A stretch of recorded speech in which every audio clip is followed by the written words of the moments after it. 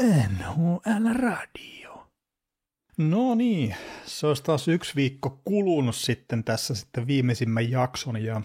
NHL-siirtotakaraja oli viime viikolla, niin se on tietenkin ollut aika iso juttu tai on aina aika iso juttu tuossa NHL, niin jotenkin tähän semmoinen väliviikon tuntuun ollut tässä monellakin tapaa, mutta ei nyt anneta sen häiritä, että kyllähän se nyt NHL aina tapahtuu ja esimerkiksi maalivahdit on tehnyt sopimuksia tuossa kuluneella viikolla ja onpa tullut nyt muutama semmoinen, mitä mä nyt käsitellyt aikaisemmin millään tavalla, niin miksi siinäkin voi ottaa tuohon mukaan ja on Aaron Ekbladista vähän, voisi muutama sana mainita ja katsoa ehkä sitten, että missä kohtaa tuo pudotuspelitaistelu nyt menee, kun tuolla on joku 15 peliä runkosarjaa jäljellä ja sitten mä ajattelin, että jos tuosta Anaheim Ducksista sitten vielä heittäisi tuohon jakson loppuun ihan muutaman sana sen. Mutta eiköhän noista tosiaan saa semmoisen jonkinlaisen jakson kuitenkin aikaan, niin lähdetään käymään läpi. Ja tosiaan mä sanoin, että maalivahtisopimuksia on tullut muutamia, niin Adin Hill nyt on tässä tämmöinen isoin, mikä on tullut ihan viime aikoina, että Adin Hill teki 6 vuoden jatkosopimuksen Vegas Golden Knightsin kanssa ja cap hitti 6 250 000, mikä tietenkin taas kuulostaa sille lähtökohtaisesti, että okei, onko tässä vähän liikaa, toi 6 250 000, mutta sitten jos taas peilaa tuohon aikaisempaan soppariin, niin palkkakaton nousu huomioon ottaja tälleen, niin hyvin maltillinen palkankorotus sitten on loppupeleissä kyseessä. Että jos katsoo tuon aikaisemman sopparin, niin tämä aikaisempi 4,9 miljoonan sopimus, mikä on ollut 2-vuotinen, niin se on ollut 5,87% palkkakatosta, ja nyt tämä on 6,54 tämä tuleva, ja sitten tietenkin kun palkkakatto nousee enemmän, niin sen suhteellinen vaikutus palkkakattoon taas totta kai tippuu, niin sitä kautta joo, ei mitään isoa ongelmaa, ja toisaalta taas tuommoinen 5-6 miljoonaa, niin tuommoisen keskitason ykkösmaalivahdin sitten palkka tuntuu olevan NHL:ssä tänä päivänä, että sekin on vaan asia, mihin pitää niinku omat aivot pystyä kääntämään, ja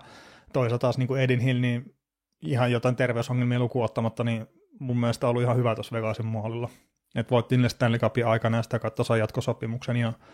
nyt sitten vielä lisää jatkoa ja todennäköisesti sitten voisi kuvitella, että tämä on sitten uran viimeinen sopimus. Toki on niin kuin heittomerkeissä vasta 35, kun sopimus päättyy, mutta niin en jotenkin välttämättä usko, että tämä 40-vuotiaaksi tämä Adin Hill sitten kuitenkaan tuolla NHL:ssä tulee pelailee. Ja onhan tässä tietenkin sitten Vegasin kannalta ihan sekin, että nyt niillä on ainakin se yksi maalivahti sitten tuossa organisaatiossa, mihin voi luottaa sitten pääosan peleistä. Olettaen toki, että ei tule mitään loukkaantumisia ja muita. No toinen maalivahtisopimus, mikä on tullut jo aikaisemmin, on tämä Karel Veimelkan sopimus sitten Utah Hockey Clubin kanssa. Eli tässä on cap hitti 4 750 000 ja pituutta on sitten 5 vuotta. Ja Veimelka on mulle itsellä ollut sellainen maalivahti, etenkin Arizona-aikoina. Et melkein aina kun mä katsoin Arizonan peliä, niin Veimelka tuppasi pelaamaan hyvin, ja tietenkin monesti se oli sitten prime time, kun noita Arizonan pelejä silloin aikanaan katteli, mutta semmoinen tasaisuus on ollut ehkä se juttu, mitä ei ole niin ollut tuossa Veimelkan pelaamisessa. Niin paljon en ole Utahia tällä kaudella kattonut, että voisin sanoa, että nyt on se tasaisuus löytynyt, mutta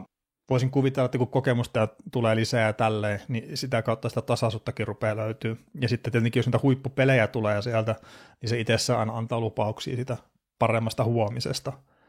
Mutta mun mielestä tämmöinen niin kuin ansaittu jatkosopimus Veimelkallekin ja antaa sitten semmoista varmuutta tuonne Utahin maalivahtiosastolle. Kun siellä on kuitenkin sitten tämä Conor Ingramin tilanne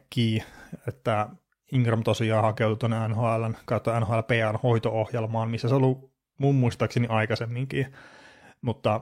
syy on tosiaan se, että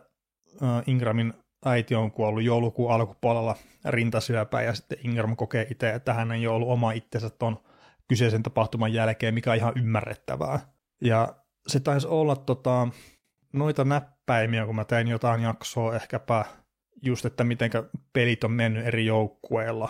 Ja mä taisin siellä sanoa sitten, että Ingram ei ole ollut ihan yhtä hyvä kuin aikaisemmalla kaudella, mikä itsessään pitää paikkansa, mutta niin mulla oli tämä hänen äitinsä tilanne mennyt ihan täysin ohi silloin, että en muista, oliko hän just silloin kuollut, vaan oliko hän sitten tietenkin, että kun on ollut rintasyöpä ja muuta, niin kyllä se on varmasti koko kauden painanut sitten Ingramia jollain tasolla, niin mulle vaan tuli semmoinen niin kuin vähän paska fiilis siitä, että joo, kertoo, että ei ole pelit ollut oikein sitä, mitä nyt olisi ehkä viime kauden perusteella pystynyt odottaa, ja sitten ei tiennyt sitä niin kuin taustaa siinä. Mutta näitä tämmöisiä kyllä tulee varmasti jatkossakin, ettei ihan kaikkia taustoja voi tietää, vaikka ne olisi uutisoitukin. Että vaikka tosiaan pyrkii seuraamaan sarjaa tarkasti ja jokaista joukkuetta ja kaikkea tämmöistä, niin ihan joka ikinen yksityiskohta, niin ei mulla vaan niin valitettavasti ole siihen resursseja sitten, että olisi perillä ihan joka ikisestä jutusta. Mutta joo, VML:n jatkosopimuksen jälkeen nyt, niin Utahilla menee maalivahteihin 6,7 miljoonaa ensi kaudella, että se ei ole mikään todellakaan paha summa, ja jos Ingram vaan pystyy palaamaan sille tasolle, mitä se on ollut aikaisemmin, niin sitten kumman tahansa näistä voi heittää sitten maaliin melkein missä tahansa pelissä, että pystyvät puokkiin pelaamaan suurin piirtein pelit, niin se on aina myös iso juttu, tai tuntuu olevan iso juttu tässä NHL:ssä tänä päivänä. Ja itse asiassa niin kun menee tuohon vähän enemmän, niin mainitaan vielä Jari Lindgrenin jatkosopimus Washington Capitalsin kanssa, mistä on myös hetken aikaa, kun tämä tuli, mutta 3-vuotinen jatkosopimus ja 3 miljoonaa cap hitti. Ja nyt sitten, jos mä sanoin, että Utahilla oli 6,7 miljoonaa 2 maalivaiheessa kiinni, niin Capitalsilla on sitten pikkasen enemmän, että niillä on 8 miljoonaa 885 000 2 maalivaiheessa kiinni.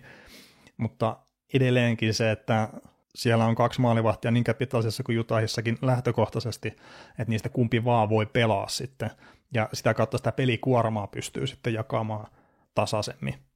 Ja toisaalta sitten, jos toinen maalivahti loukkaantuu, niin sitten se kausi ei ole niin kuin heittomerkeissä ohi, että se kakkosmaalivahti kuitenkin pystyy sitten lähtökohtaisesti kantaa sitä kuormaa ihan hyvinkin.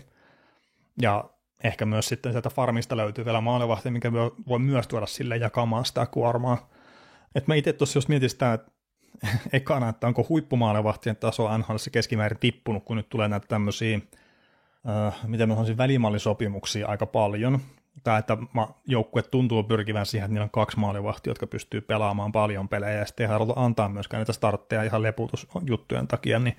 näille ykkösmaalivaiheille semmoisia vastaavan tyyppisiä määriä, kuin mitä oli aikaisemmin, että melkein 80 peliä saattaa pelaa ykkösmaalivahtikauden aikana, että 70 on semmoinen suhkot normaali.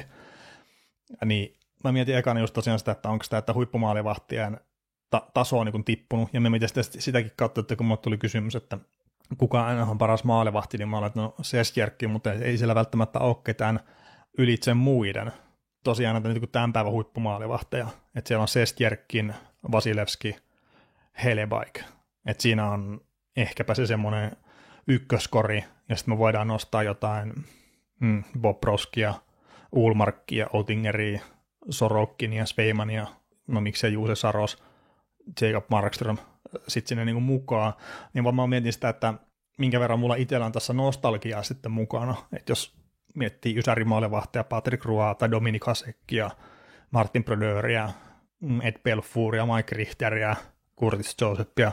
jne, niin jostain syystä mulla on semmoinen fiilis, että silloin se huippumaalivahtien taso oli korkeammalla kuin mitä se olisi ehkä tänä päivänä. Että se olisi laajempi just se maalivahdit, mitkä taistelee Vesinasta. Et no toki siellä joku Hasekki voitti niitä aika paljon sitten kyllä omana aikakautenaan, ja sitä kautta se just saattaa olla enemmänkin sitä lapsuuden nostalgiaa, että hei, silloin maalivahdit oli parempia kuin mitä ne on tänä päivänä. Mutta sitten mulle tuli se toinen kulma siitä mieleen, että no, vai onko vähän sama kuin pelaajissa ylipäätään, että just se maalivahtien keskiarvoinen taso on vaan noussut tosi paljon, että just Sestjärkin tai Vasilevskin tai joku tämmöisen, niitä on tosi paljon vaikeampi sitten nousta silleen hullun paljon siitä tasaisesta massasta ohi, että se keskiverto maalivahti, niin se pystyy voittamaan ihan siinä pelejä omalle joukkueellekin, kun Ysärillä sitten nämä huippumaalivahdit pystyy tekemään. Ja just sitä kautta taas tämä tämmöinen tandemin hankkiminen joukkueeseen, ja just, että jos sä saat vielä alle 10 miljoonaa sen tandemin joukkueeseen, että ne molemmat pystyy pelaamaan se 40 peliä noin, tai sitten, että jos se menee 50 peliä, 30 peliä, niin sekin on aika semmoinen tasainen työkuorma vielä. Mutta että jos sä saat sen tandemin alle 10 miljoonalla, niin onhan se ihan eri asia, kun sitten täällä nämä huippukaverit ottaa kuitenkin 10 miljoonaa itsessään, tai että Sestjärkkinille esimerkiksi se 11,5 miljoonaa, mikä se teki tällä kaudella sen sopimuksen, niin sitten, että en tiedä, jos se kaveri loukkaantuu, niin sitten se, että voisiko taas sanoa, että no enemmän tai vähemmän joukkueen kaus on sitten ohi. Että tämmöisiä tosiaan tuli niinku pyöriteltyä tuossa, kun miettii tätä maalivahtitilannetta. Mutta tosiaan niinku siihen suuntaan se tuntuu menevän tällä hetkellä, että joukkueet ottaa mieluummin, että ne maksaa 2 maalivahdille vaikka sen 4 miljoonaa plus 4 miljoonaa tai 3 miljoonaa plus 5 miljoonaa jne, mutta että jonnekin sinne 8 miljoonaa, 9 miljoonaa suurin piirtein, että maksetaan 2 hyvälle maalivahdille ja ei lyödä tavallaan munia yhteen koriin sitten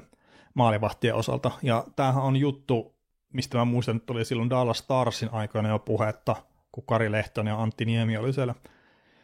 molemmat sille niin kuin heittomerkeissä isolla sopimuksella pelaamassa, ja sitten ihmeteltiin sitten, että no minkä takia Dallas maksaa näin paljon maalivahdeille, niin sitten ihan joukkueen johdosta asti sitä kommentoitiin, että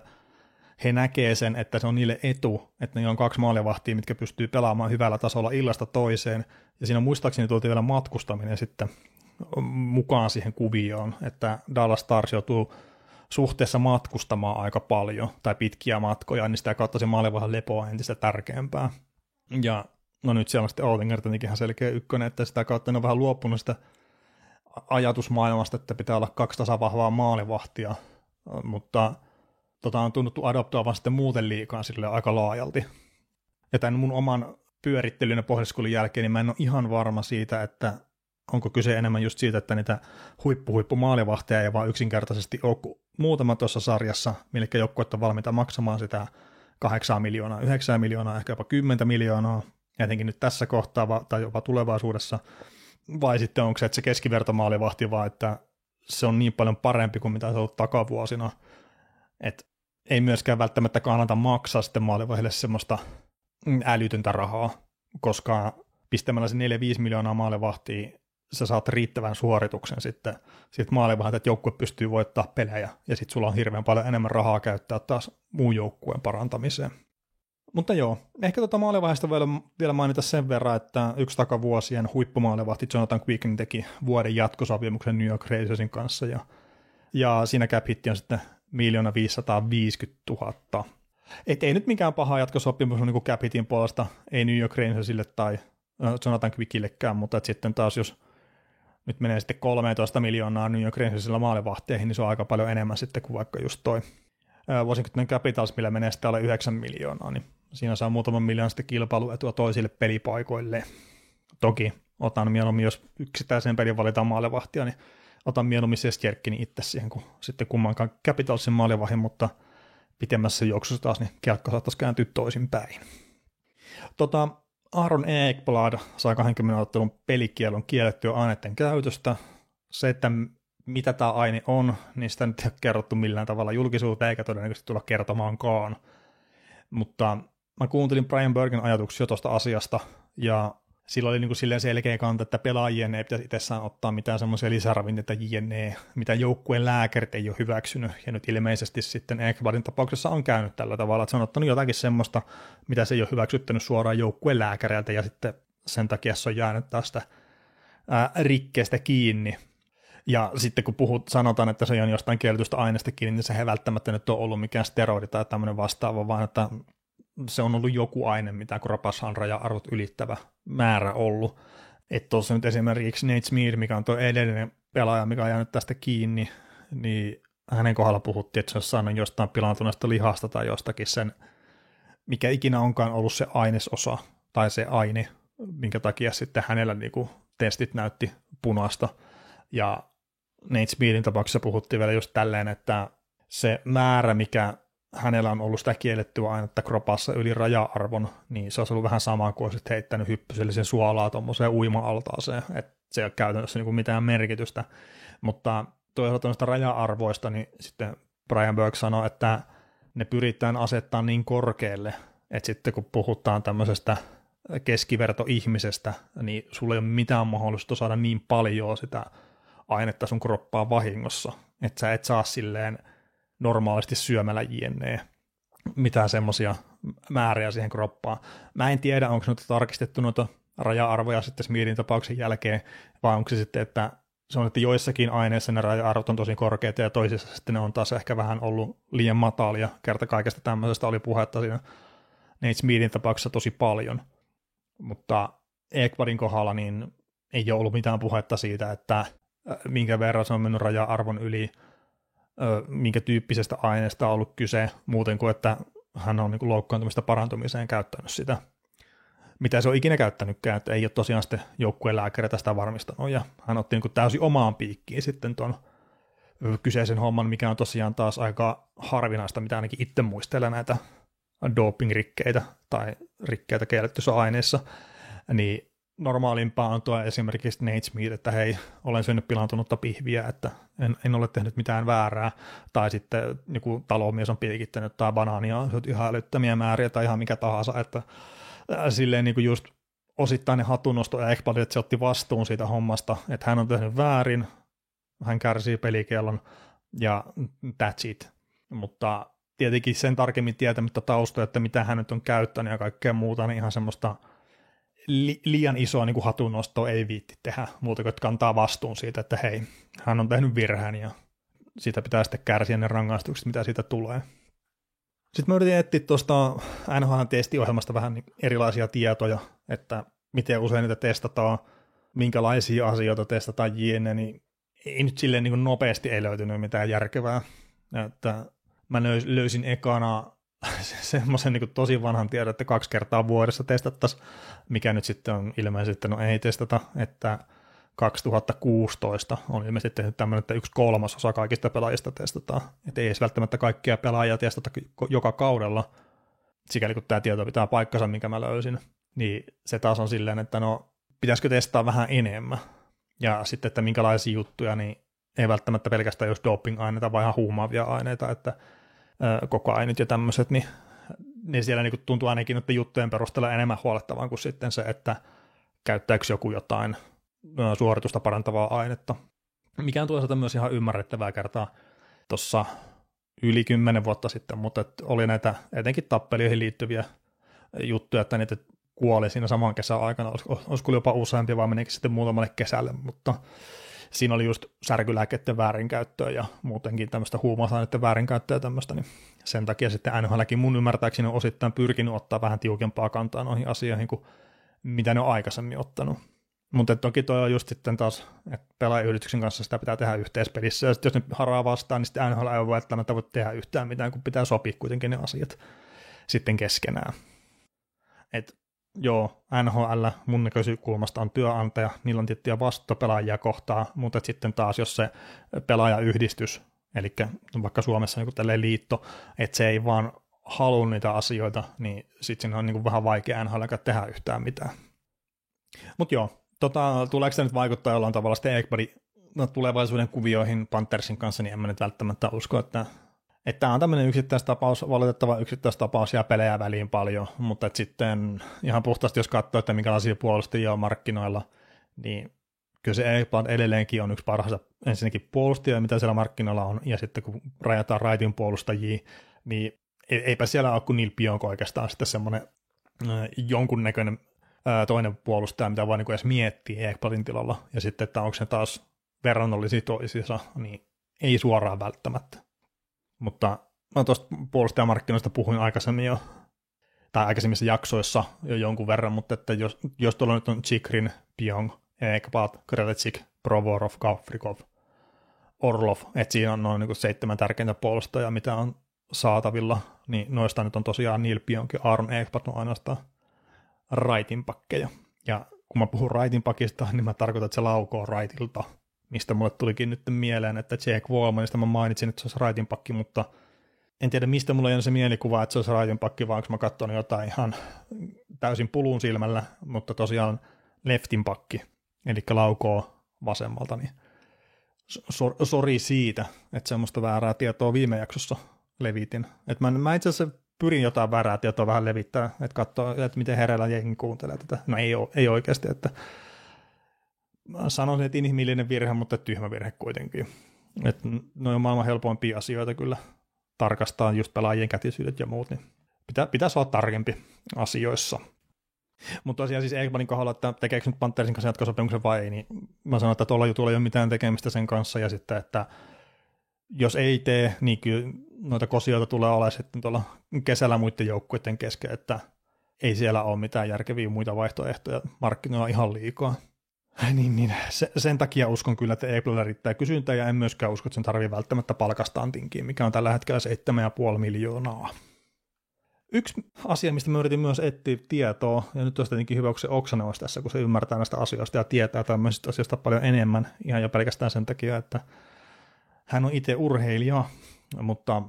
talviolympialaiset on tulossa, ja sehän meinaa sitä, että nämä pelaajat jollain tavalla menee myös sitten tänne kansainväliseen doping-ohjelmaan mukaan, että niitä testataan kyllä sitten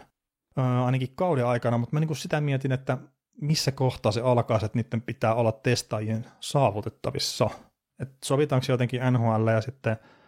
onko se olympiakomitea vai mikä se onkaan se taho, minkä kanssa se sovitaan, että minkä jälkeen niitä pitää pystyä päästä testaamaan, ja etenkin niitä pelaajia, mitkä sitten on jossain näissä listoilla, mitä sitä pitää toimittaa eteenpäin, niin mä en löytänyt semmoista faktatietoa, mutta semmoista niin kuin tosi vanhaa mä löysin, että pudotuspelien jälkeen olisi aikanaan pyritty sitten 2002 sopimaan, että vasta pudotuspelien jälkeen sitten testattaisiin pelaajia tuolta kansainvälisten tahojen toimesta. Se, että onko se nyt tänä päivänä mitään, niin mä en tosiaan faktoja siitä löytänyt, mutta ihan vaan kun tuli tämä Aaron Ekbladin tämmöinen NHL-sisäisessä ohjelmassa kärryäminen, niin sitten, että tosiaan olympialaiset on tulossa ja siihen liittyy sitten doping-testaamista mun mielestä niin kuin ihan ohjelman mukaisesti kansainvälisellä tasolla. Ja sitten voisi kuvitella, että käyttää niitä pelaajat tuolla NHL nyt jotakin tai ei käytä, mutta että nyt on sitten, jos haluat olympialaisessa pelata, niin käyttö on vähän niin kuin lopetettava. Ja tämä tuli Theo Fleurin kirjasta mulle niin kuin mieleen, tai sitä kautta, että kun mä luin sen aikanaan, niin se muistaakseni siinä puhui jotenkin sillä tavalla, että just kaikki tämmöinen kokaini ja muu, että kaikki oli niin kuin pakko lopettaa sit siinä kohtaa, kun halusi olympialaisia, että puhdistettiin kehoja, pidettiin huolta siitä, että sitten jos testaajat tulee, niin sitten ne saa varmasti puhtaan näytteen. Ja siellähän oli edellisessä olympialaisissa, missä toi NHL on ollut mukana, niin Niklas Backströmihän ei saanut pelaa finaalissa sitten, kun oliko se efedriini tai joku tämmöinen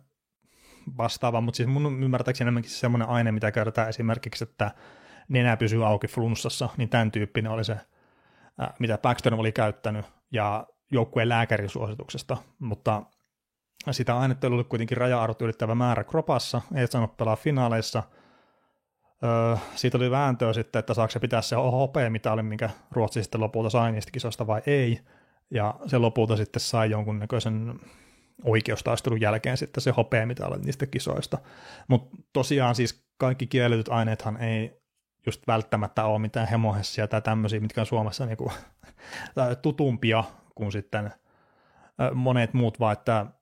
se voi olla just, että sä saat apteekista just jonkun lääkkeen, sä sitä suihkautat nenään, ja sitten jos sulla ei ole riittävää dokumentaatioa siitä, niin se on tosiaan sitten kielletty tuolla urheiluhommissa. Tai näin mä ainakin itse sen käsittänyt, että ei kaikki ole aina välttämättä vedetään piikkiä perseeseen ja näin, että saadaan se mahdollisimman suuri hyöty, vaan että se voi olla ihan just tämmöinen tavallinen lääkeaine joissakin tapauksissa. Mutta voin olla täysin väärässä ja sen takia pitäisi puhua asioista yhtään mitään, kun ei oikeasti tiedä niistä yhtään mitään, mutta että toi on se käsitys, mikä mulle on jäänyt, että sä voisit jäädä doping-testistä kiinni, vaikka sä käyttäisit ihan Suomessa pelkästään apteekista löytyviä lääkeaineita. Mutta saa toki korjaa, jos mä oon täysin väärässä, että tää on tosiaan tämmöistä puhdasta mutuilua nyt omalta taholta tää homma. Mutta en mä tiedä, pitäisikö sitä ihan täydestä mutuilusta siirtyä sitten johonkin asiaan, mistä saattaa jopa jotakin ehkä tietääkin, eli NHL:n pudotuspelitaisteluun. Ja voisi mennä ihan konferenssin kerrallaan tässä homman läpi, ei mitenkään hirveän pitkästi, että jos miettii, että miten mä viimeksi tein, niin ei saman tyyppisellä laajuudella missään nimessä. Mutta että jos lähtee itäinen konferenssi ja sitten Atlantin divisioona, niin siellä tällä hetkellä näyttää siltä, että tosiaan että Florida Panthers tulee viemään sen divarin, mutta tosiaan vielä ei voi mitään kirkossa kuuluttaa, että pisteerot ei ole mitään älyttömiä, sitten Tampalla ja Torontolla molemmilla on yksi peli vähemmän pelattuna vielä kuin Floridalla, niin sitä kautta kaikki on vielä mahdollista, mutta että tällä hetkellä tosiaan näyttää siltä, että Florida on viemässä ton oman divaarissa, ja sitten toi Toronton kohdalta, niin niiden pelaaminen on tosi heikkoa kyllä viime aikoina. Se ihan mitä itsekin katsonut pelejä, mitä on kuullut juttuja ja näin. Ja sen tietenkin meinaa sitä, että Torontossa ihan hemmetin paniikki koko ajan sitten päällä, kun pudotuspelit rupeaa lähestyä, että ykköskerroksen exittiä taas pukkaa sitten kyseiselle joukkueelle on varmoja tietoja mukaan, vaikka tosiaan pudotuspeleihin on vielä muutamia viikkoja aikaa hyvinkin. Mutta se, mikä nyt tuossa tällä viikolla osui silmään Torontosta, niin Auston Matthews, kun pelaa tällä hetkellä vaikka täysin kunnossa, ja tämä sen takia, että se halusi sitten auttaa Torontoa tuohon divarivoittoon. Eli mä sanon sitä viikko eteenpäin, niin voi hyvinkin olla, että jos pelintaso ei tuosta lähde nousee ihan älyttömästi, niin voi lopettaa sitten ne haaveet sitten divarivoitosta ja voittaa sitten pikku huilin tuossa ennen pudotuspelien alkua. Ja se, mitä mä niin itse veikkoisin, että mikä Matthewsilla on, niin ehkä joku selkä TMS-tyyppinen homma, että on koko kauden vaivannut, ei ole ollut oma itsensä ja etenkin siinä maalinteossa näkyy. Toki myös ranteesta on ollut puhetta ja se on ollut aikaisemmista rannevammaa, mutta on nyt kumpi tahansa, niin Auston Matthews ei ole ollut tänä vuonna oma itsensä. No Metropolian divisioonan puolella Capitalshan se tulee voittamaan, siinä nyt ei ole mitään, ne jostain syystä voittaa pelejä ihan silleen pelkällä rutiinilla tällä hetkellä, sitä tulee muutama vuonna takainen Boston, itse asiassa mieleen hyvin vahvasti tuosta Capitalsin popposta. En ole täysin vakuuttunut siitä, että se on niin hyvä joukko kuin mitä pistesalli antaa ymmärtää, mutta silläpä nyt ei ole mitään merkitystä, että vakuuttaako se mua vai ei, että ne tulee tuon Metropolin divisioonan voittamaan, eli että se nyt jotain ihan todellista syväkyykkyä tapahtuu sitten muutaman viimeisen viikon aikana. Carolina Hurricanes on nyt napsinut 7 voittoa putkeen, ja siellä on etenkin sen jälkeen, kun Rantanen sitten siirtyy eteenpäin, niin pelaaminen on näyttänyt, no sanotaan menneen uomiinsa, että se, mikä se henkinen tila joukkueessa oli, joka siinä aikana, kun Rantanen oli siinä, niin, ja etenkin sitten, kun se ratkaisi nyt se homma, niin se näyttää vapauttaa näitä jengiä ihan silleen reippaastikin. Toki ne voitti 3 peliä siinä, muistaakseni 3 peliä, kun Rantanen oli joukkueessa tästä voittoputkesta, siis että ne on 4 voittanut sen jälkeen, kun Rantanen lähti eteenpäin ja Winnipeg Jetsiä vastaan esimerkiksi, ne oli tosi vakuuttava peli Caronalta. Että jos sitä jatkaavat, niin nousee kyllä omissa paperissa taas aika korkealle tässä idän puolella, kun mennään pudotuspeleihin, mutta tässä pari viikkoa kärkeä vielä tsiigailla, että minkä suuntaan homma tulee menemään. Mikko Rantasesta on monenlaisia tilastoja nähnyt tässä viimeisten viikkojen aikana, viimeisten päivien aikana, että puhutaan pisteistä ja kaikesta muusta, mutta sitä nyt en muista nähneeni missään, että mitenkäs nämä joukkueet on voittanut pelejä, tai kuinka monessa voitetussa pelissä Mikko Rantanen on ollut mukana sen jälkeen, kun se on lähtenyt Colorado Avalanchesta eteenpäin. Ja Rantanen on pelannut 16 peliä sen jälkeen, kun Colorado myi sen Carolina Hurricanesiin, ja voittoja on tullut sitten 7 kappaletta. Eli 6 tuli tuossa Carolinassa, ja 1 on tullut nyt toistaiseksi Dallasissa. Lyhyt otanta ja kaikkea, mutta tosi niin kuin erikoinen tilasto mun mielestä kokonaisuutta, kun Carolina ja Dallas on kuitenkin molemmat tosi hyviä joukkueita,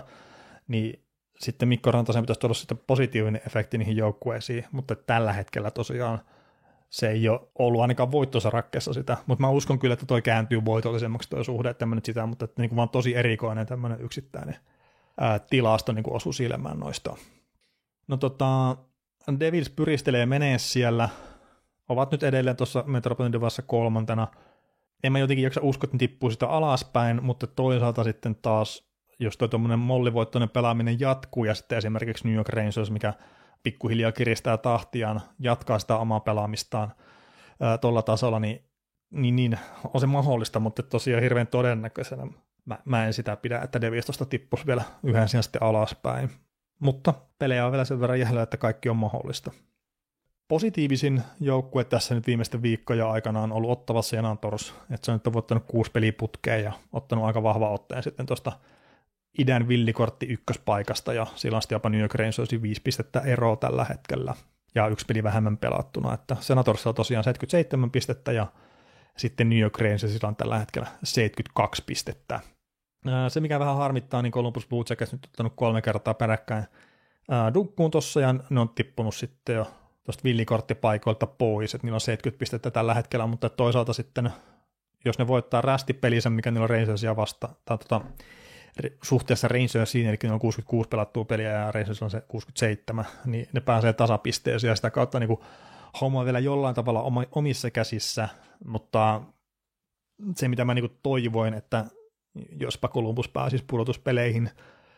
että se saisi se kaos, mikä niillä on ollut sitten semmoisen arvoisensa päätöksen, niin se näyttää tällä hetkellä epätodennäköisemmältä, koska se, että jos Columbus meinaa päästä pudotuspeleihin, niin ne tarvii kertaa enemmän pisteitä kuin New York Rangersin.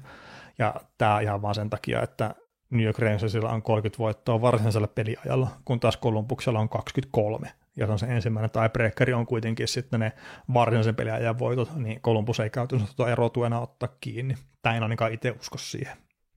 Mutta sitten siellä on vielä toi Detroit Red Wings tuossa idässä, jolla meni fiilis sitten, kun mä kerroin, että mä en usko enää niiden mahkuihin pudotuspelien suhteen, vaikka olin silloin ihan mukana kyllä siinä taistelussa, mutta että viimeiseen 8 peliin 1 voitto ja 7 tappioon, niin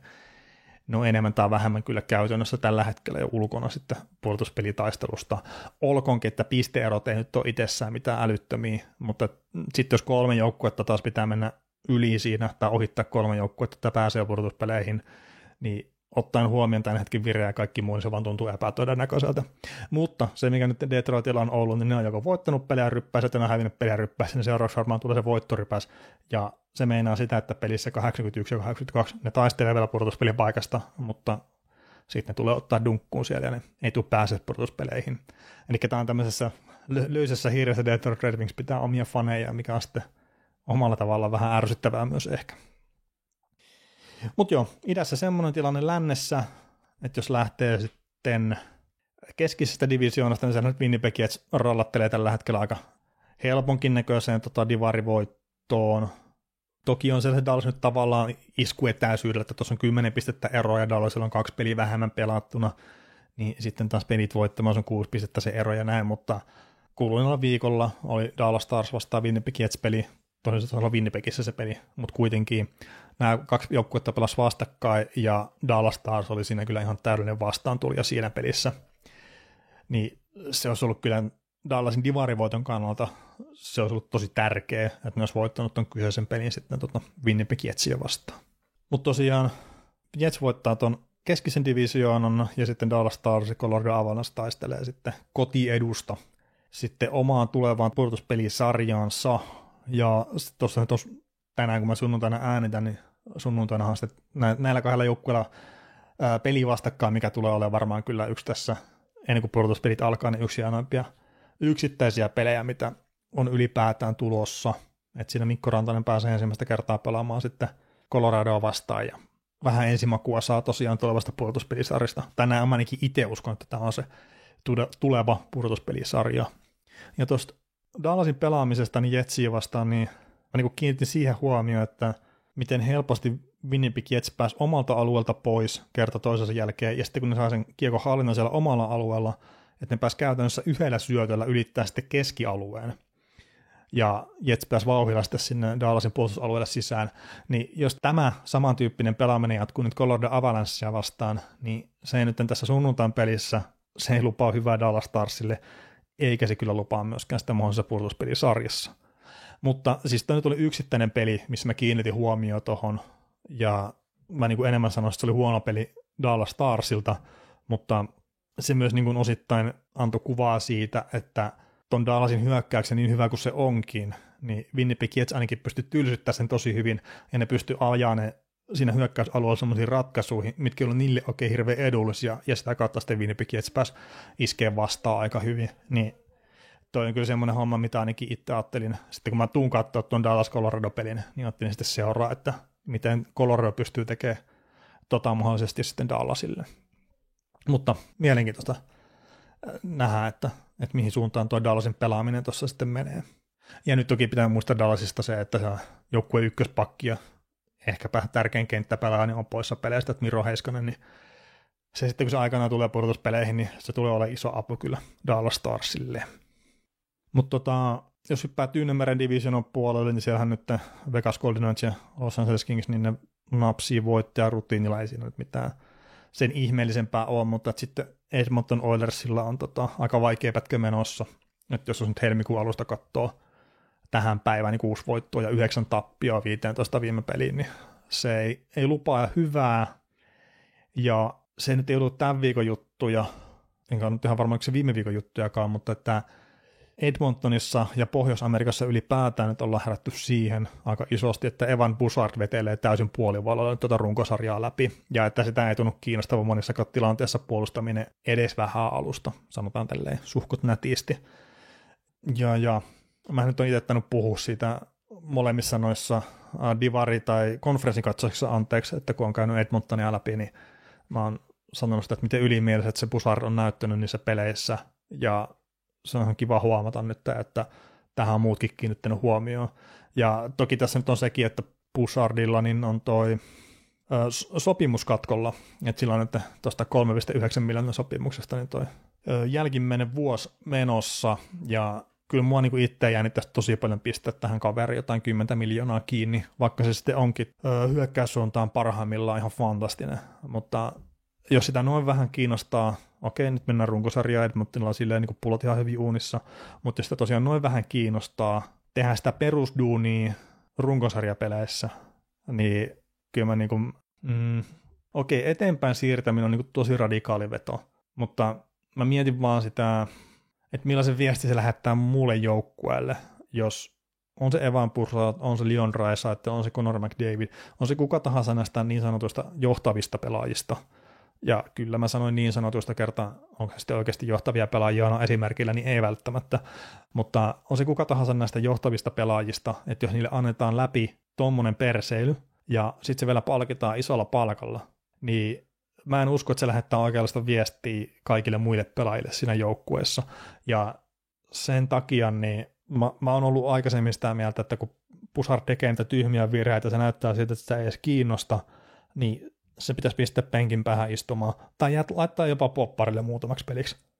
Ja Edmonton nyt ei tietenkään tämän tyyppistä viestiä todennäköisesti tule lähettää, ihan vaan sen takia, että niillä on aina parempi mahdollisuus voittaa pelejä kuin Bouchard on kokoonpanossa, koska se hyökkäyspää lahja, mutta sitten taas kun miettii sitä isoa kuvaa, niin hankala tilanne on siellä Oilersin GM:llä, mutta tosiaan siis nyt on mennessä tosi nihkeä pätkä tuolla Poppolla ja jos pudotuspelit alkaisi tänään, niin en välttämättä laittaisi kyllä ensimmäiseltä kierrokselta jatkoon niitä. Että siellähän on tosiaan ensimmäisellä kierroksella nyt taas kerran tulossa tämä Oilers vastaan Kings-sarja, ja nyt on ensimmäinen vuosi, tai no itse asiassa oli pari vuotta sitten, mä olin Kingsin kelkassa, mutta nyt tällä hetkellä, jos tosiaan tänä päivänä alkaisi pudotuspelit, niin mä en näkisi, että Oilers voittaa sitä sarjaa. Mutta tässä nyt on vielä se muutamia viikkoja aikaa pistää peliä kuntoon ja sitä kautta muuttaa niitä asetelmia, ja sitten taas toisaalta mä olen aika varma siitä, että kun pudotuspelit alkaa aikanaan, niin tuossa joukkueessa tulee tapahtua muutos. Minusta Wild tippunut villikorttitaisteluun ja on nyt vielä toistaiseksi turvassa siellä, että sillä on kuitenkin 6 pistettä ero esimerkiksi Vancouver Canucksiin, mikä on villikortti kakkospaikalla. Toki siinä on Canucksilla 1 peli vähemmän pelattuna kuin Wildilla, mutta se kun mä puhun pari viikkoa sitten siitä, että lännessä on 1 paikka enää auki tuolla pudotuspelien suhteen, mä en vielä muuta sitä lausuntoa, mutta Wildin kohdalla tämä vire näyttää siltä, ja sitten kun se Kaprizov on sivussa jne, niin se voi ollakin, että siellä aukeaa se toinen paikka sitten pudotuspelien suhteen vielä sitten Calgary Flamesille tai St. Louis Bluesille tai just vaikka Vancouver Canucksille tai miksei myös Utah Hockey Club, niin pitää nyt seuraa silleen suhkot tarkalla silmällä, että mitä se minusta vaan tekee tässä seuraavien parin viikon aikana, kertaa siinä on semmoista niin kuin kevyttä vaaraa mun silmän näkyvissä. Mutta tosiaan vielä on toistaiseksi turvassa sinne villikorttitaistelun suhteen. No parhaissa asemissa sitten siihen toiseen villikorttiin on tällä hetkellä Vancouver Canucks ja Calgary Flames. Et toki St. Louis Bluesilla edelleenkin hyvä vire ja ei tuossa nyt pelimäärien puolesta ole semmoista isoa eroa. Et toki se on pelannut esimerkiksi 1 pelin enemmän kuin tuo Vancouver Canucks ja 2 peliä enemmän kuin sitten Calgary Flames, ja molempien takana on sitten sarjataulukossa, toki tasapisteessä Flamesin kanssa, mutta töitä on Bluesilla edessä, ja sitten jos miettii St. Louis Bluesin tilannesta puhtaasti, niin 23. tulevalla viikolla niillä on Vancouver Canucksia vastaan tärkeä peli, että melkein voisi sanoa sillä tavalla, että jos Vancouver Canucks voittaa ton pelin, niin enemmän tai vähemmän sitten Bluesin homma on taputeltu siihen kohtaan, ja sitten taas toisaalta, jos Blues pystyy voittamaan sen pelin varsinaisella pelillä, niin tekee tosi paljon hyvää itselleen sitten pudotuspelitaistelun suhteen. Mutta tuosta Vancouver Canucksista ja Calgary Flamesista vielä sen verran, että niillä oli kuluneella viikolla vastakkain peli, minkä sitten Vancouver Canucks voitti jatkoajalla, ja se oli tietenkin Vancouver Canucksille tärkeä voitto, mutta sitten myös Elias Petterssonin pelaaminen näytti siinä pelissä huomattavan paljon paremmalta kuin mitä me nyt on tällä kaudella nähnyt kyseistä pelaajaa, ja nyt puhutaan tästä hyökkäjä Elias Petterssonista, ei puolustaja. Eli Elias Petterssonista. Ja ihan puhtaasti pisteiden valossa taas, kun katsoo tätä kulunutta viikkoa, niin parempaa tekemistä kuin koko kauden aikana. Mutta kyllä mä niin kuin sanoisin itse, että se taso vaihtelee vielä jonkun verran, ehkä jopa pelien sisälläkin, niin suunta on jo oikea, ja toivon mukaan se trendi jatkuu positiivisena, mutta ei se ole vielä se pelaaja, mitä se on ollut parhaillaan. Ja mä edelleenkin enemmän niin kuin liittäisin siihen fyysiseen puoleen kuin sitten henkiseen puoleen, että minkä takia se pelaaminen on ollut tällä kaudella pääosin aika nihkeetä. Mutta sitten mä Calgary Flamesista mä mietin sitä, että niiden pudotuspelitaistelut tosiaan millään tavalla kuopattu vielä, ne pelaa edelleenkin tosi piirteitä kiekkoa, mutta jos Calgary Flames menee pudotuspeleihin, niin onko tämmöinen kampanja Dustin Wolf for Heart niin liikaa? Ja tämä on ihan sen takia, että just tuo Vancouver Canucksia vastaan peliä ja sitten muutama peli aikaisemminkin tällä kaudella, mitä mä oon kattonut Flamesiltä, niin on jäänyt semmoinen mielikuva, että ei ne olisi ollut siinä pelissä mukana sitten enää kolmannessa erässä ilman Dustin Wolfia. Ja sitä kautta just tämä harttikeskustelu Wolfin kohdalla, että joo, tulokas maalivahti ja kaikkea tämmöistä, mutta eittämättä Calgary Flamesin tärkein pelaaja. Niin sitä kautta vaan tämä ajatus tuli itselle mieleen, että olisiko se nyt liikaa käydä jopa tämmöinen keskustelu sitten Dustin Wolfin kohdalla. Ehkä on, ehkä ei, mutta jos taas puhutaan niistä pelaajista, mitkä oikeasti on tärkeitä sille joukkueelleen ja jotka pitää joukkuetta mukana Wolfin kohdalla pudotuspelitaistelussa ja ehkä jopa pystyy menemään sinne asti, niin ei mun mielestä, sori nyt vaan Nathan McKinnonit ja Leon Draisaitl't ja muut, niin ne teidän joukkueet todennäköisesti pärjäisi ihan suhkot ok jopa ilman teidänkin panosta, mutta sitten Calgary Flamesin kohdalla joukkue, mikä itse oli tuominut ja moni muukin oli tuominut Tyynemeren pohjalle, niin en mä usko, että se olisi ilman Dustin Wolfin loistavaa pelaamista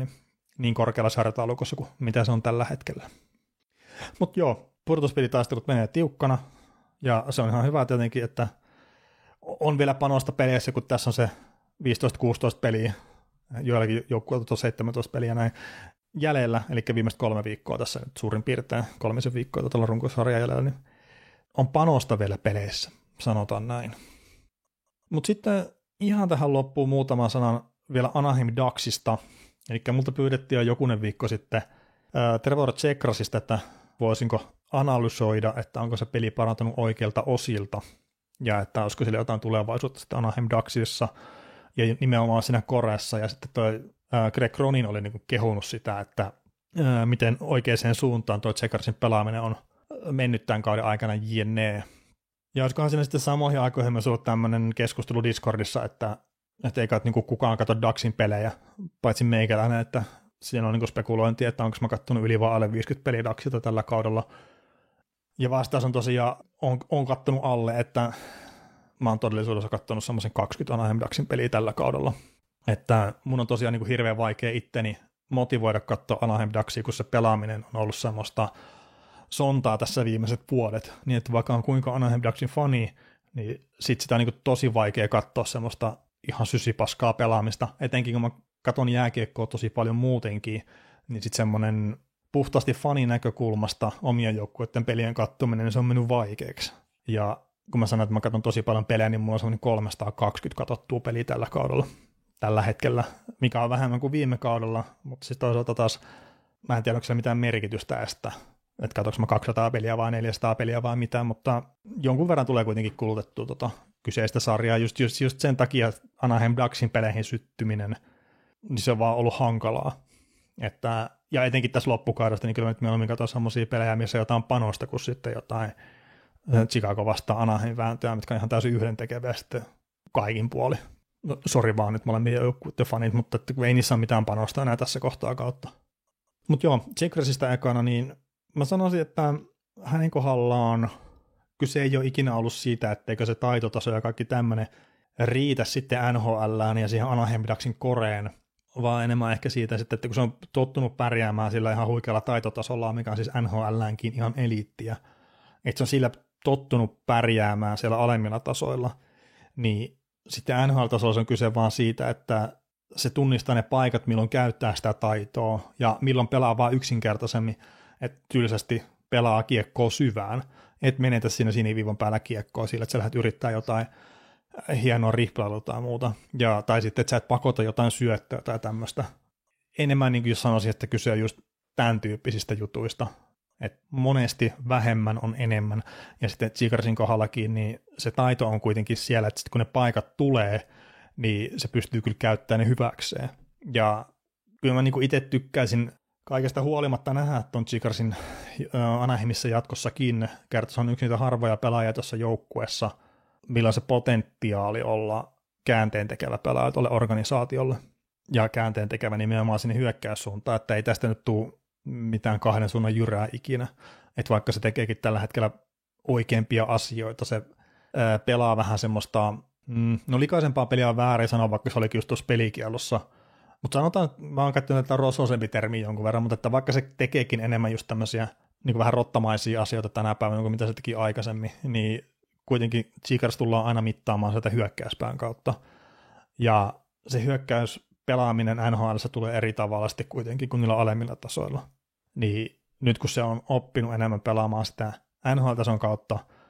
sitä hyökkäämistä, niin mä uskon, että ne tehot tulee sitten taas tulevina vuosina sieltä kyllä sitten Cheekersin pelaamiseen. Ja sitten jos tämä nyt taas myytäisi eteenpäin, niin mä uskon, että tämä tulisi olemaan semmoinen varoittava esimerkki siitä, että minkä takia nuorien pelaajien kanssa ei pidä tehdä hätiköityjä päätöksiä. Mutta mä sanoin, että Cheekers on yksi niitä harvoja pelaajia, mitä mä voin niin nähdä, että voisi olla käänteen tekevä tälle joukkueelle, niin mä taisin kausiennakossa tai jossain mä puhuin sitä niin kuin aikaisemmin, että ei tuolla ole vielä niin kuin nähtävissä oikein semmoista, että ottaa sen seuraavan askeleen tämä joukkue, enkä mä niin kuin edelleenkään sano sitä, että mä näkisin sitä, että Anaheim Ducks on valmis ottaa seuraavan askeleen joukkueena eteenpäin. Et jos mä mietin pelaajia, niin siellä nyt on oikeastaan vaan maalilla semmoinen kaveri, minkä mä voin nähdä tulevaisuuden vastuunkantajana tuossa joukkueessa. Hyökkäyksessä on jo potentiaalia paljon, mutta on se sitten Leo Carlson tai on se sitten Mason McTavish tai no Cheekers on nyt ehkä yksi semmoinen poikkeus siinä. Ja Peketsenekä nyt ei ole nähty tietenkään NHL:n puolella vielä, mutta sitten just ketä näitä, Kuter, Coutier, jne, niin siis mä en sano, että näistä kukaan huono pelaaja, mutta sitten kun lähdetään puhumaan siitä pelaajasta, mikä nostaa sun joukkueen ynnä muut tasolta, sitten sinne vähän niin kuin seuraavalle tasolle tai vielä purtuspeleihin, niin en mä edelleenkään näe niitä tuossa joukkueessa. Et mä toivon, että mä oon väärässä just esimerkiksi Leo Carlsonin kohdalla, ja siis se on nuori pelaaja, se pystyy kehittyä, ja kehitysluokka voi olla ihan jättimäinen vaikka yhden kesäaikana, mutta nyt vielä tällä hetkellä niin ei siellä ole. Ja ihan sama just tuo puolustuskin, että siellä Mintjukovit ja Zellwegerit ja tämmöiset nostettiin esille ihan varmasti melkein jokaisessa kausiennakoissa, tai jopa itsekin nostaa niitä esille. Mutta sitten kuinka moni nosti kausiennakossa tämän Jackson LaComben esille, mikä nyt on ollut ehkä joukkueen paras kenttäpelaaja tällä kaudella, niin uskaltaisin sanoa, että ei niitä nyt ihan liikaa ole ollut. Ja se ehkä kertoo myös siitä, että niin hyviä nuoria pelaajia kuin just joku Mintjukov tai Zellweger onkin, niin ei ne ole mitään semmoisia timantteja, niin kuin just vaikka Cale Makar, että tämän kun sä heität tänne joukkueeseen, niin se päivästä yksi johtaa sitä puolustusta ihan sillä omalla tekemisellään, ja siinä ei ole kukaan muu ei pysty ottaa sitä ykköspuolustajan paikkaa niiden edestä. No, Jackson LaCombe on nyt tällä kaudella tullut sitten kaikkien noiden muiden pelaajien ohi, nimenomaan puolustuksessa, ja todella puskista, noin niin kuin aikaisempiin kausiin verrattuna. Toki, jos katsoo vähän taaksepäin, että mitä LaCombe on tehnyt, niin sehän on esimerkiksi tämän Brock Weberin kanssa pelannut samassa yliopistojoukkueessa. Ja se oli siinä Minnesotan yliopistojoukkueessa, niin LaCombe oli se kiekollinen puolustaja, tai kiekollisempi puolustaja kuin Faber. Et sitä kautta joo, se potentiaali on ollut siellä olemassa, mutta ei se ole realisoitunut NHL-tasolle aikaisemmin. Niin se on joo kiva nähdä, että se on nyt rupeamassa toteutumaan, mutta just se, että tuommoinen Jackson LaComben tasoinen tai tapainen nuori, erittäin lupaava puolustaja pystyy tolleen hyppäämään Zellwegereiden ja kumppaneiden ohi, niin se vaan kertoo, että joo, se puolustukseen siellä on puhuttu kauan siitä, että se on monta hyvää lupaavaa pelaajaa ja Ducksin tulevaisuus on todella hyvää puolustuksen osalta ja muuta, mutta ei siellä tosiaan niitä semmoisia timantteja ole. Et näistä molemmista voi tulla Mintjukovista ja Zellwegeristä just esimerkiksi todella hyviä pelaajia. Tristan Luneau, yksi tapaus myös sinne puolustukseen, sitäkin voi tulla todella hyvä vielä NHL-tasolle, mutta niin enemmän semmoista tasapaino on väärin sanoa, kertaa ne on korkean tason prospekteja noin kaverit, mutta vähän ehkä semmoista ylemmän tason keskikivaa, niin on ihan vähän liikaa tuossa joukkueessa, mutta ei sitten mitään semmoista tajunnan räjäyttävää. Ja sen takia just mun silmissä, ja mä oon todennäköisesti negatiivinen näiden joukkueen suhteen, mutta mun silmissä Anaheim Ducksilla on ihan yhtä lailla vaara jäädä siihen Buffalo Sabres limboon, kun nousta tuosta sitten seuraavalle tasolle. Ja sitten jos ne haluaa nousta tuosta seuraavalle tasolle, niin ensinnäkin just, että onko Greg Cronin oikea päävalmentaja tuolle joukkueelle, niin mä en ole siitä 100% varma, mutta on se Cronin tai kuka tahansa, tässä vaikka sanotaan 2 vuoden päästä, niin se on yksi tärkeimpiä päätöksiä, mitä tuo organisaatio tulee tekemään tässä lähivuosina. Että kuka on se seuraava päävalmentaja tuolle joukkueelle. Ja sitten jos päädytään, että se on Cronin, niin sitten mennään sillä totta kai. Mutta päävalmentaja, että se vaatimustaso pysyy riittävänä, mutta että myös semmoisen, että se vie niitä pelaajia eteenpäin. Ja sitten sen lisäksi, niin kyllä siellä vaan pitää tulla sitten niitä hyökkäyspään pelaajia, mitkä nousee sitten sille ihan täysin toiselle tasolle. Että on se sitten Peketseneke tai sitten joku muu kaveri, mikä tulee sitten ja näyttää, että hei, mä oon vähän eri tason prospekti kuin sitten vaikka Mason McTavish on ollut, tai no miksei se Cutter Gauthier, minkä mä mainitsin aikaisemmin, tai miksei vaikka just Leo Carson. Et mä en sano, että Leo Carson on nyt ollut mikään niin kuin maailman suurin pettymys tässä niin kuin siinä aikana, kun se on pelannut NHL:ssä, mutta viime kaudella 29 pistettä, pelasi toki vaan 55 peliä, tällä kaudella 31 pistettä, pelannut 60 peliä tällä hetkellä, niin ei nämä ole semmoisia juttuja, mitkä loisi mulle sitä mielikuvaa, että joo, kyllä tämä on tulevaisuuden ykkössentteri tässä sarjassa. Hyvin voi toki sitä olla, ja mä voin olla täysin väärässä ton Leo Carsonin suhteen, että mikä se sen potentiaali on. Ja se väläyttelee niissä pelissä, mitä mäkin olen katsonut, niin kyllä se väläyttelee sitä potentiaalia, mutta tasaisuus puuttuu. Niin siinä just, että ne tarvii läpimurtoja noilta nuorilta pelaajilta, ettei ne jää siihen Buffalo Sabres-limpoon. Ja ne tarvii sinne niin johtavalle tasolle niitä läpimurtoja, että siellä pystyy joku ottaa se jengi reppuselkään. Ja mä tarkoitan täällä niin vähän sitä, että taas saatan olla liian kriittinen, mutta tätä joku Sam Reinhart, niin heität se tuohon Anaheim Ducksiin, niin ei se muuta yhtään mitään. Se ei ole semmoinen johtava, se ei ole mulle semmoinen johtava pelaaja, joka muuttaa organisaation suunnan. Mutta heitäpä se sitten Florida Panthersiin, missä just Parkkovit ja nämä tekee se isoimman duunin ja johtaa edestä sitä joukkuetta. Aivan fantastinen pelaaja siihen. Loistava, täydentävä palainen jo ennestään hyvään joukkueeseen. Ja mä sanon, että Ducksilla niitä tuolla kasvaa niin kuin ihan pilvin pimein tuossa joukkueessa tällä hetkellä. Loistavia, täydentäviä palasia jo ennestään hyvään joukkueeseen. Mutta onko siellä yhtään semmoista kaveria, mikä pystyy viemään Anaheim Ducksin, ei pelkästään niin omalla panoksellaan, mutta se pystyy johtamaan sitä joukkuetta pelillisesti sillä tavalla, että siellä ne muut tulee sitten perässä. Niin tällä hetkellä mä en näe niitä pelaajia tuossa joukkueessa. Maalilla Dostal, luotan ihan hemmetisti puolustukseen, Lakompun näyttäisi siltä, että se on kasvamassa siihen rooliin. En ole täysin myyty vielä siinä hyökkäykseen, odotan, kuka nousee esiin. Että se on mulle niin kuin henkilökohtaisesti, niin se on näin yksinkertaista. Ja mä oon tosi kriittinen nyt tässä jutussa, mä tiedostan sen. Mutta se, että jos puhutaan, että Anaheim Ducks on vaikka ensi vuonna pudotuspeleissä, tai että kelkka on jo kääntynyt selkeästi parempaa, niin mä en tällä hetkellä osta sitä. Mä haluaisin ostaa sen, mutta mä en pysty siihen. Mutta ehkä tähän paatokseen on sitten hyvä lopettaa tämän viikon jakso, että kiitos taas kuuntelusta, ja jos haluaa ensi viikon jaksoon lähettää aiheita, niin kannattaa liittyä Discordiin, mihin pitäisi olla liittymislinkki siinä jakson kuvauksessa, niin sitä kautta otan kaikkea mieluiten niitä vastaan, että kuten olette huomannutkin, emme tuolla sosiaalisessa mediassa, ja Discord on ilmeisesti sosiaalinen media, mutta Twitteri, Instagram, niin en ole aktiivinen siellä, mutta Discordissa on ollut aktiivisempi viime aikoina, niin kannattaa liittyä sinne ja sitä kautta pistää sitten ideoita, että mistä haluatte kuunnella mun ajatuksia. Mutta hei, kiitoksia tästä viikosta.